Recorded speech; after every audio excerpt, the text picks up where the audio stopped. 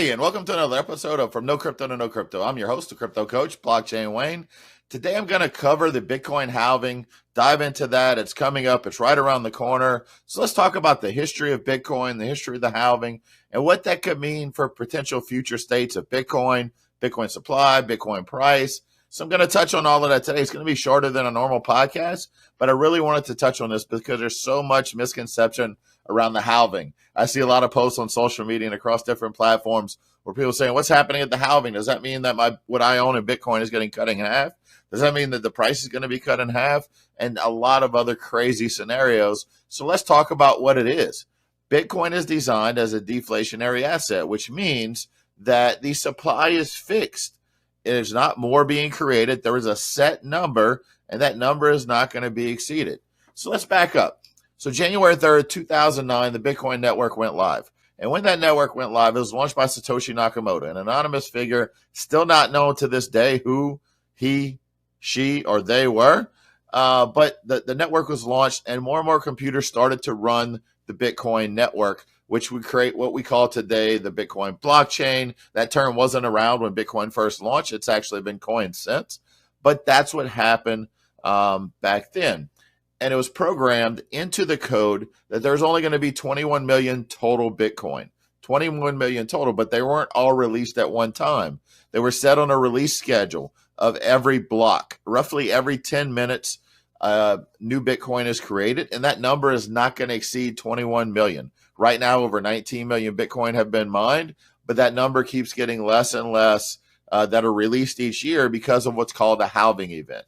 Now, when the Bitcoin network went live, initially there was 50 Bitcoin per block that was released, per block of information, roughly every 10 minutes. Now, what is a block? All these computers that are running the Bitcoin blockchain, they're competing to solve a problem, an arbitrary math problem that's pretty complex, and whoever solves that first earns that block reward. They earn the right to receive that block reward and also associated fees from transactions during that. And initially that was set at 50 per block. And that is designed to keep the network secure, keep the network running, and also to incentivize those that are running the network. So 50 Bitcoin were released every 10 minutes up until the time we hit 210,000 blocks. Now, that's roughly every 4 years. That's why it's not exactly every 4 years, because it does vary some.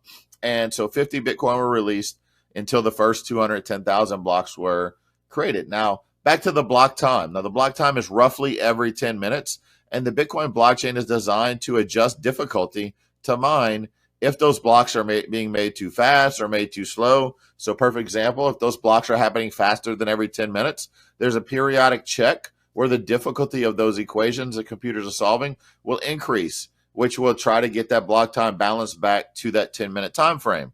If they're happening too slow, difficulty will drop, which means that they would try to basically make it to where blocks are found faster and solved. So 50 Bitcoin every block for 210,000 blocks. So November 28, 2012, we saw that block reward go from 50 to 25. That was the first halving event. The next halving event, July 9th, 2016, the block halving went from 25 to 12.5. Okay, and then in May 11th, 2020, that went from 12.5 to 6.25. And what we're looking to see, roughly estimated around April 20th, is we're going to go from 6.25 to 3.125. So that number that's being released on the market is becoming slower and slower and slower. And remember, these are being released every 10 minutes. So that's why, yes, we may have mined 19 million plus Bitcoin already, but the remaining Bitcoin to be mined still will last over another 100 plus years before the final Bitcoin is completely mined, because those halving rewards are going to happen every roughly 4 years. And so how does that affect supply? Well, think about it. The demand and the adoption of Bitcoin in the early days was next to zero, almost nothing. There was no demand. There wasn't even a market price at first. And so there wasn't a lot of demand. So some people were doing it based off of just the speculation, checking out these new networks. And then as it began to increase, you see more and more awareness of Bitcoin, more and more education around what Bitcoin is. And you see more and more adoption fostering every day. Now, the opposite of what we're seeing with Bitcoin is what we see with the US dollar and many other fiat or government issued currencies which is inflation. Inflation happens when you constantly expand the money supply. And when you can create money cheaply, those that are holding that money are hurt the most because they've been saving and saving and saving money. And then governments come in, print trillions of dollars, and then their savings may still have the same dollar value. That purchasing power is reduced drastically. And that's what has been happening for many people with inflationary economies. That's what we've seen happen just over the time we saw during 2020 down into the pandemic, where trillions of dollars were printed. Economists, quote unquote economists, were saying that this wasn't going to cause inflation. And lo and behold, what happens? Now, you can blame inflation on corporate greed and saying like, oh, these companies are making record profit. Most people don't realize that most companies base their pricing off of future replacement costs. So if they bought some supplies at a certain amount, produced a product, and then that product to repurchase it down the road is going to go up in price, they're not going to wait for that. They're going to raise their prices now. So you'll see that happen where, yeah, they may have a record profit year, but that's going to balance out over the next few years because cost of everything globally are going up. We don't live in a bubble where we can say if we print more dollars, it's not going to impact the price of everything because we import a lot of things to the U.S. And when those dollars become less valuable, it costs us more to get those products. So that's a little bit about the economy, about Bitcoin. But let's talk about some statistics. I will go back to those halving dates and tell you what's happened with Bitcoin, the Bitcoin halving over time. So November 28, 2012, the first halving event, when the Bitcoin blocks went from 50 Bitcoin per block to 25, then at that time, Bitcoin was priced at $11. 6 months later, it was $128. And 6 months later than that, it went all the way up to $970. What happened? It wasn't an immediate snap saying, okay, the halving happened, the Bitcoin price is going to increase. In fact, there was no history to go off of then. But the supply of Bitcoin that was coming, new supply of Bitcoin that was coming to the market was reduced, and the demand for Bitcoin was going up. And that's why you see that price squeeze. July 9th, 2016, when the Bitcoin block reward went from 25 to 12.5, at that time, Bitcoin price was $660. 1 year later, it was $2,600. And only 4 months after that, it hit $19,000. Drastic jump. May 11th, 2020, the number of Bitcoins went from 12.5 to 6.25. And at that time, Bitcoin was $8,665. 1 year later, Bitcoin hit $55,000. So now, right now, we're looking at Bitcoin. We've seen a lot more institutional demand, a lot of the, just call it demand, the use case. We're seeing companies start to adopt Bitcoin. Countries are starting to adopt and embrace Bitcoin.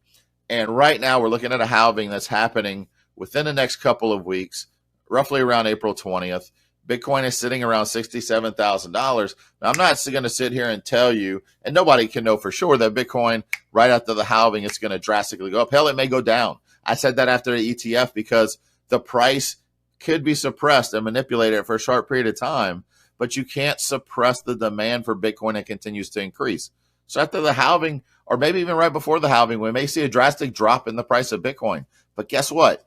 Over the long term, I'm not looking at today. I'm not looking at tomorrow. For me, it's the future of Bitcoin, the future of money in general. And I feel that the market price for Bitcoin in the next couple of years is going to be drastically more than it is now. And like I said, I just looked at it, it's around $67,000 per one Bitcoin. And that is because the demand continues to rise. More and more institutional money is coming in. More and more countries are looking at how to adopt Bitcoin.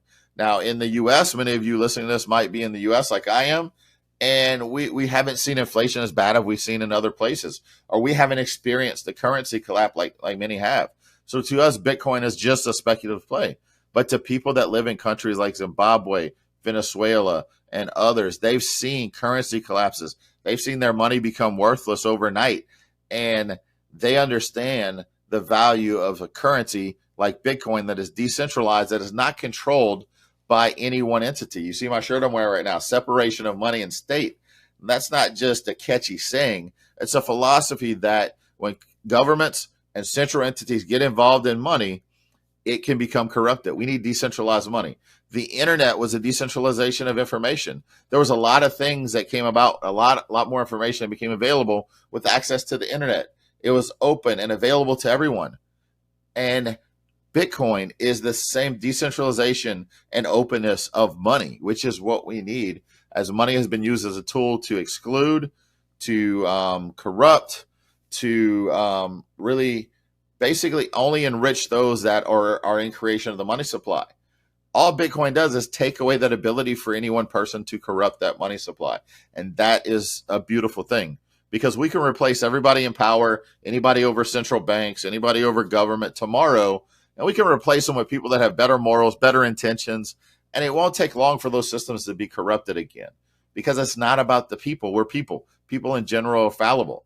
It's about having systems in place that are open, transparent, immutable. And that's what the Bitcoin blockchain is. So that's why this halving is so important. That's why Bitcoin is so important. And yes, I'm an advocate of cryptocurrency in general. Don't get me wrong. There's a lot of crap out there. There's a lot of cryptocurrencies that are garbage. We see new meme coins coming out every day. And that's just an open and free market. Anybody can create it. Now, am I saying that no meme coins will be relevant in the future? No, not absolutely. But those meme coins will have to be more than just a funny meme and a community that's just betting on the price go up. There's got to be more utility, more use case around it. But this is not a zero-sum game either. I still believe Bitcoin is where we should look. It's the perfect example of money. Any other cryptocurrency created since Bitcoin has been trying to solve a different problem than what Bitcoin can do. Bitcoin is amazing. It's great money, but it can't do anything and everything. And that's why there's other networks out there. There's also a sliding scale of decentralization from zero to Bitcoin. Bitcoin is the most decentralized network in the world. And that's why it's so strong. That's why it's so secure. And there's trade-offs. You try to make a network that's faster than Bitcoin, you may have less decentralization or less security, and vice versa. So it's important to understand that. But there are trade-offs.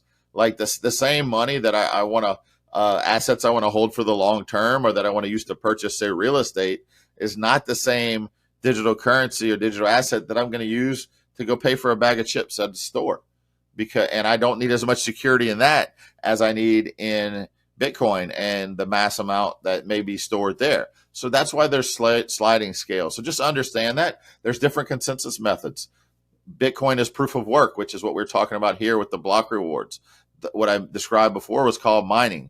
Those computers are doing what's called mining. They're trying to solve a problem to earn that reward, right? And that's why it's called mining. Many people hear mining and they don't understand it. That's exactly what it is. But that's in a proof of work system. There has to be work to do that. Proof of stake is a different scenario, and there's pros and cons to proof of stake. And there's a lot of different proof of stake consensus methods, because you have to avoid the fact that you have to try to prevent for the fact that anybody with a certain amount of money and wealth could buy their stake and control the network, where they put up a stake of a certain coin or token that if they act maliciously, they could lose that stake. So it's in their best interest to keep the network going, to preserve the value in what they have. So there's trade-offs there, and there's a lot of different things, but definitely dive into it. If you're in the crypto space or you're curious, start with Bitcoin. Bitcoin is the first place to go. In fact, I tell people start before that. Look back at the history of money. Understand what money is and what money isn't. Look at how the Federal Reserve was created, what it's done since its creation, what fractional reserve banking has done. And that's what I understood first before I truly understood Bitcoin. And that's when it hit me. I was like, holy crap. I may not understand Bitcoin yet, but I know we need something better, something different for our future, because this is headed for a disaster. With dollar and current fiat currencies, we continue to just print more currency and kick the can down the road, and all we're doing is borrowing from future generations. So our kids, our grandkids, and those future generations, what are we going to leave them with? Are we going to leave them with more and more mounting debt and just basically trying to provide for a living that's unsustainable based on current wages? Are we going to provide them a new system, a system that has a lot more potential? And you may say Bitcoin's not new, but think about it. I mean, how long does it take for new monetary systems to kick off? And the technology may accelerate that, but you're talking 30, 40, 50 years before people trully accept it and adopt it as a whole. I mean, just look at credit cards in general. Imagine when the first person tried to pay with a credit card at a business. I'm sure there was a lot of places where they didn't accept it. You couldn't go, you couldn't use it. And people are like, what's the point of this card I have in my hand? I can't spend it anywhere. That's where we are with Bitcoin. But guess what?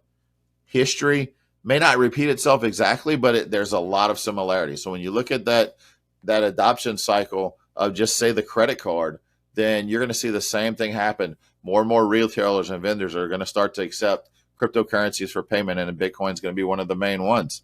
There's going to be a lot of different tools and systems that are going to come out.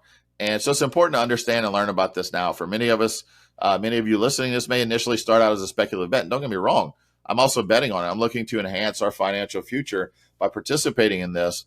But it's also important to understand that this has the potential to change the world, include people in financial systems that have not had access to financial systems in the past, whether it's because of where they live, what side of an imaginary border they were born on, just circumstances where poverty continues to circulate throughout generations because they don't have access to the financial tools they need to make a better life for themselves.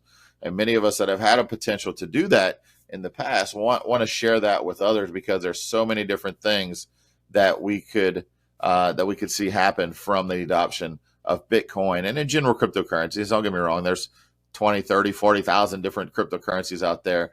99% of them are garbage, but that 1% included with Bitcoin is going to help change the world for the better. So dive in. If you're new to Bitcoin, understand what it is, start learning about it. Read the Bitcoin white paper if you haven't had. It's in the description of this podcast, along with some other links to learn more about Bitcoin, Bitcoin's history, the halving history, and learn more about that. And then you'll have a better understanding, and it'll be more than just a speculative bet, or you'll be able to respond to people when they say, why is Bitcoin so important? It's imaginary money. I can't touch it. How does it have value? And you'll be able to explain those things, like why does it have value? Why is it important? And why is this halving event so important? It's another indicator. It's another flag in the sand saying this is, this monetary policy cannot be corrupted. Can the accumulation of Bitcoin centralize into certain areas? Absolutely. But guess what? You and I's Bitcoin just going to become more and more valuable, because even if someone holds a majority of the Bitcoin, they don't own the network. The network continues, but then there's a higher demand, and our values go up. And Bitcoin is made to be divisible to where even if one Bitcoin were to hit, say, $1 million, I could still send you a few dollars worth of Bitcoin.